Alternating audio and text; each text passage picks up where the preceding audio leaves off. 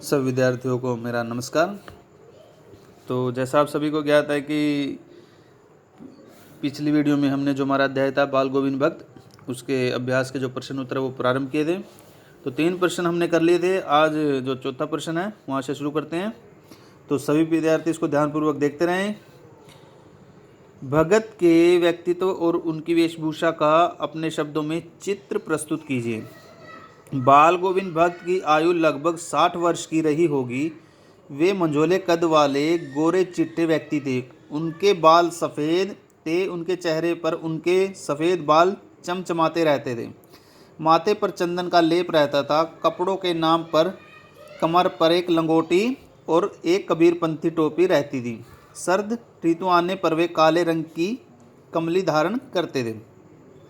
उनके गले में तुलसी की जड़ों से बनी एक बेडोल माला पड़ी रहती थी। वे कबीर को साहब मानते थे। उनमें एक सच्चे साधु सन्यासियों के सभी गुण थे। वे कबीर के पदों को अपनी मधुर आवाज़ में गाते रहते थे। वे सदा कबीर के द्वारा बताए गए आदर्शों पर चलते थे। वे कभी झूठ नहीं बोलते थे। अपनी स्वार्थ सिद्धि अपने कार्य के लिए कभी किसी से धोखा नहीं करते थे।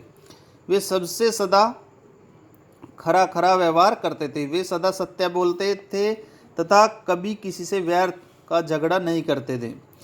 दूसरों की वस्तुओं को कभी लेते या छूते तक नहीं थे। ईश्वर में पूर्ण रूप से उनकी आस्था थी। वे सदैव समभाव रहते थे। समभाव होता है समान भाव से रहते थे। वे सदा समान भाव से रहते थे।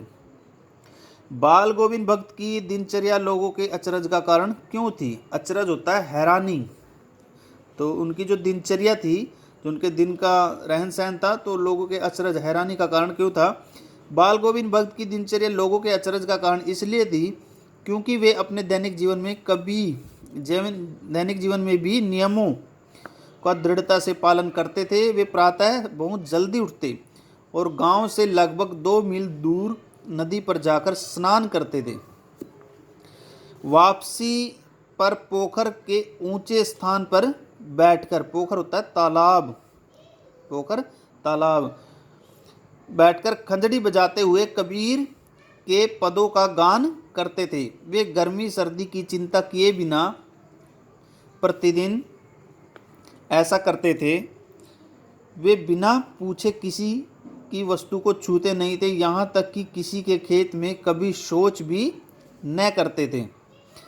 इस प्रकार अपने दैनिक जीवन के व्यवहार में नियमों का ऐसा दृढ़ता से पालन करना लोगों के अचरज का कारण था।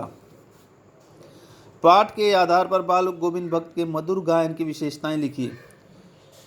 बाल गोविंद भक्त कबीरदास से अत्यधिक प्रभावित थे। यहाँ तक कि उन्हें साहब कहते थे।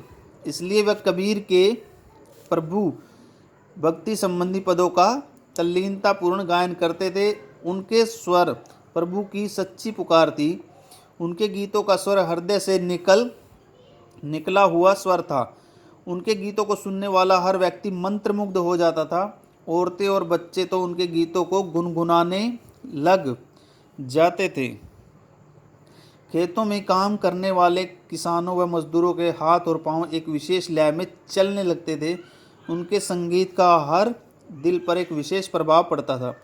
जब भक्त भजन गाता था तो चारों ओर एक मधुर वातावरण छा जाता था। गर्मी सर्दी आदि हर मौसम में उनकी मधुर ध्वनि की लहरियां सुनी जा सकती थी। तो आज की वीडियो में इतना ही। आज हमने 3 प्रश्नों के जो उत्तर हैं वो किए हैं।